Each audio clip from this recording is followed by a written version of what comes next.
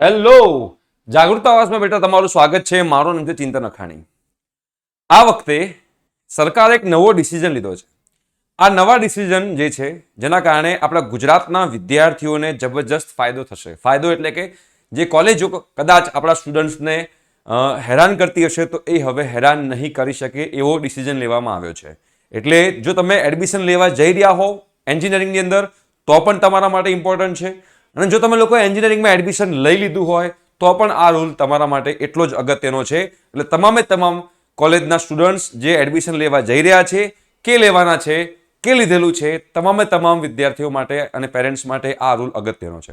અને જો તમે લોકો બેટા 12th પછી એન્જિનિયરિંગમાં એડમિશન લેવાનું બાકી હોય તો બેટા આપણે વોટ્સએપ ગ્રુપ બનાવ્યા છે. ડિસ્ક્રિપ્શન બોક્સમાં વોટ્સએપ ગ્રુપની લિંક છે, તમે એમાં જોડાઈ જજો. એકવાર જોડાયા હોય તો બેટા ફરીથી જોડાવાની કોઈ જરૂર નથી.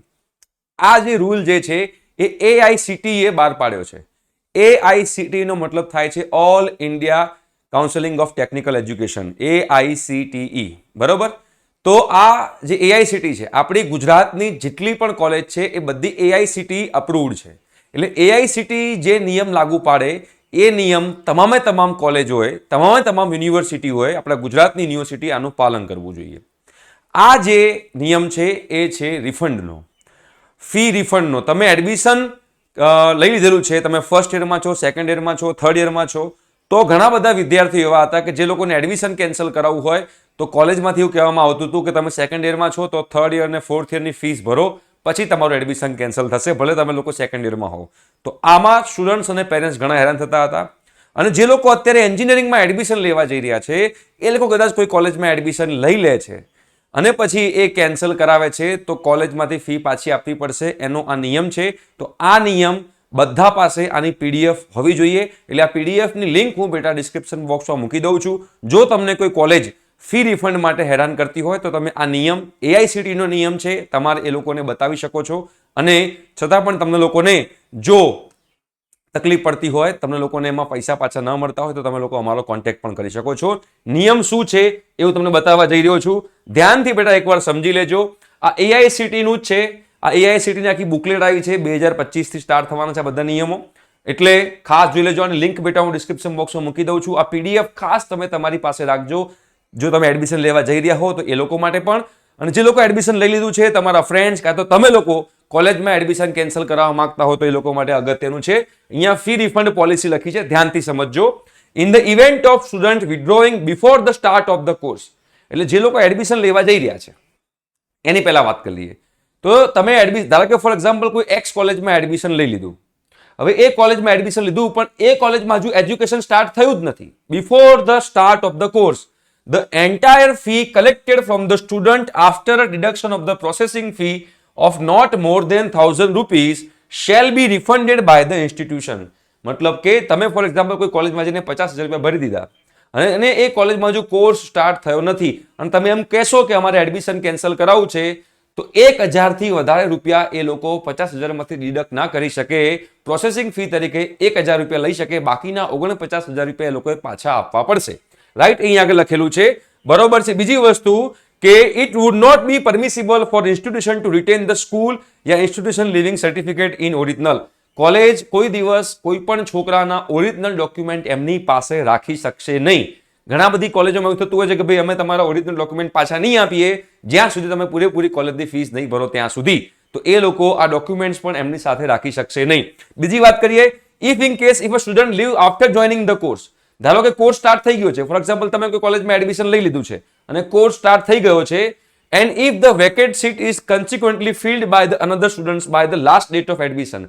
ફોર એક્ઝામ્પલ તમે કોઈ એક્સ કોલેજમાં એડમિશન લીધું, તમે અને કોર્સ સ્ટાર્ટ થઈ ગયો અને કોર્સ સ્ટાર્ટ થઈ ગયા પછી તમે લોકો એડમિશન કેન્સલ કરાવો છો અને તમારી જગ્યાએ બીજો કોઈ કેન્ડિડેટ એમાં એડમિશન લે છે, કોઈ જગ્યા ખાલી પડી રહેતી નથી. રાઈટ? તો એવા સંજોગોમાં the institute must refund the fee collected after deduction of the processing fee not more than 1000 rupees. તો એવા કેસની અંદર પણ 1000 થી વધારે રૂપિયા કટ કર્યા વગર, મતલબ કે 1000 રૂપિયા કટ કરી શકે, એનાથી વધારે એક પણ રૂપિયો કટ કર્યા વગર બાકીની બધી ફીસ જે છે એ લોકોએ પાછી આપવી પડશે. આ બીજો નિયમ છે. બરોબર? બીજી વસ્તુ ધ્યાનમાં રાખજો, ઇન કેસ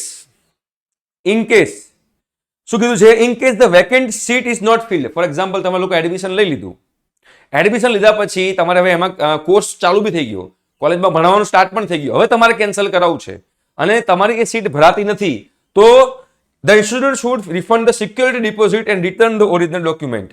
તો શું કરવાનું છે, તમારી જે સિક્યોરિટી ડિપોઝિટ છે એ પાછી મળી જશે, તમારા ઓરિજિનલ ડોક્યુમેન્ટ પાછા મળી જશે, પણ તમે ભરેલા પૈસા પાછા નહીં મળે. તમારો કોર્સ સ્ટાર્ટ થઈ ગયો છે અને તમારી જગ્યાએ કોઈ બીજું આવતું નથી ને જગ્યા ખાલી પડી રહે છે. તો હવે જે લોકોએ એડમિશન લઈ લીધા છે, ધ્યાનથી સમજજો, જે લોકો એડમિશન લઈ લીધા છે, the institution should not demand fee for the subsequent years. જો ધ્યાનથી સમજજો, the institutions should not demand fee for the subsequent years from the students cancelling their admission at any point of time. તમે કોઈ પણ first યરમાં આવીને admission cancel કરાવો, second યરમાં આવીને એડમિશન કેન્સલ કરાવો, થર્ડ યરમાં આવીને એડમિશન કેન્સલ કરાવો, fee refund along with the return of certificate. શું કીધું છે ધ્યાનથી, the institution should not demand fee for the subsequently years. મતલબ કે ફોર એક્ઝામ્પલ તમે સેકન્ડ યરમાં એડમિશન કેન્સલ કરાવ્યું તો આગળના જે તમારા પૈસા ભરવાના બાકી છે એ કોલેજ ડિમાન્ડ નહીં કરી શકે અને એમને એમના બધા ડોક્યુમેન્ટ્સ, તમે જે તમારા ઓરિજિનલ ડોક્યુમેન્ટ્સ જમા કરાયા છે એ ડોક્યુમેન્ટ્સ અને તમારી જે સિક્યોરિટી ડિપોઝિટ છે એ બધું પાછી આપી દેવું પડશે. આગળના પૈસા તમે લોકો માગી નહીં શકો.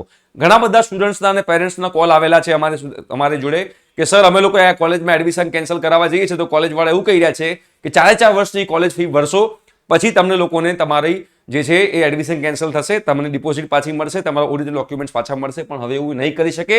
આ વસ્તુ તમારા લોકો બેટા ધ્યાનમાં રાખવાની છે. અને આ જે એડમિશન કેન્સલેશન પ્રોસિજર જે છે ધ્યાનથી, fee refund along with the return of certificate should be completed within 7 days. તમારી આખી જે કેન્સલેશન પ્રોસિજર જે છે એ 7 દિવસની અંદર કોલેજે પૂરી કરવી પડશે. રાઈટ? એટલે તમને લોકોને વધારે ધક્કા પણ નહીં ખવડાવી શકે કે આજ નહીં કાલે આવજો, કાલ નહીં પરમ દિવસે આવજો. તમે કોઈ પણ કોલેજમાં જાઓ અને કોલેજમાં જઈને જો તમે એડમિશન કેન્સલ કરવામાં તમને લોકોને હેરાનગતિ થતી હોય તો આ તમે સર્ક્યુલર AICTE નો જ છે, ગુજરાત સરકાર એટલે કે ભારત સરકારનો છે, બીકોઝ AICTE ઇન્ડિયન ગવર્મેન્ટની અંડર આવે તો તમારે આ સર્ક્યુલર એને બતાવી શકો છો. આ જે PDF છે એ PDFમાં 77 નંબરના પેજ ઉપર આખી આ રિફંડ પોલિસી આવી છે, જે બધા લોકો યાદ રાખી, ધ્યાનમાં રાખી અને ખાસ તમારા જોડે સેવ રાખજો. કાં તો ક્યારેક તમને કામમાં આવશે, એ તો તમારા કોઈ ફ્રેન્ડને કામમાં આવતી હોય, કોઈ હેરાન થતું હોય તો 100% એને બતાવજો. યા તો જે લોકો એન્જિનિયરિંગમાં એડમિશન લેવા જઈ રહ્યા છે એ લોકો પણ આ વસ્તુ ધ્યાનમાં રાખે. ઠીક છે? Thank you so much. By.